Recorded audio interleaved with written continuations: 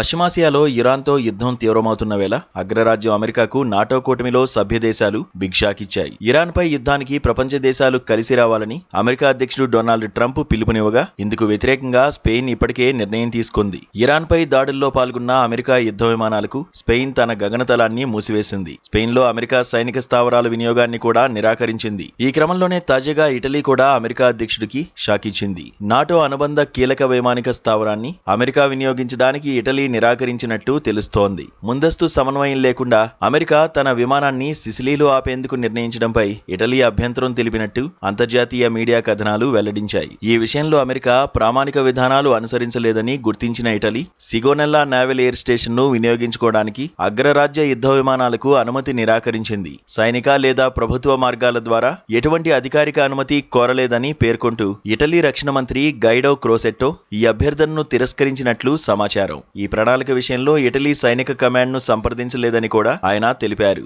విమానాలు అప్పటికే గగనతలంలో ఉండగానే వాటి రూట్ వివరాలను పంచుకున్నారని, ఇది విధానపరమైన అనుసరణ, సార్వభౌమత్వంపై ఆందోళనలను రేకెత్తించిందని ఇటలీ అధికారులు తెలిపారు.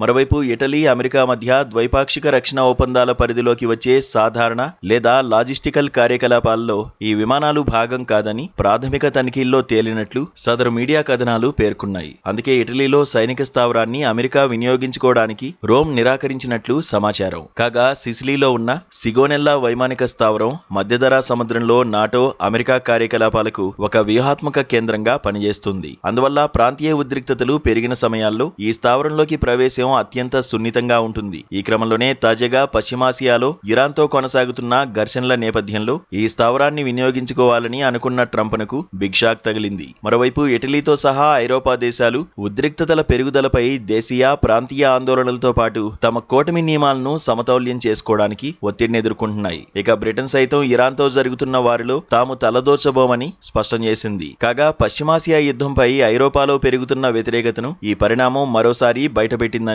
రక్షణ రంగ నిపుణులు చెబుతున్నారు.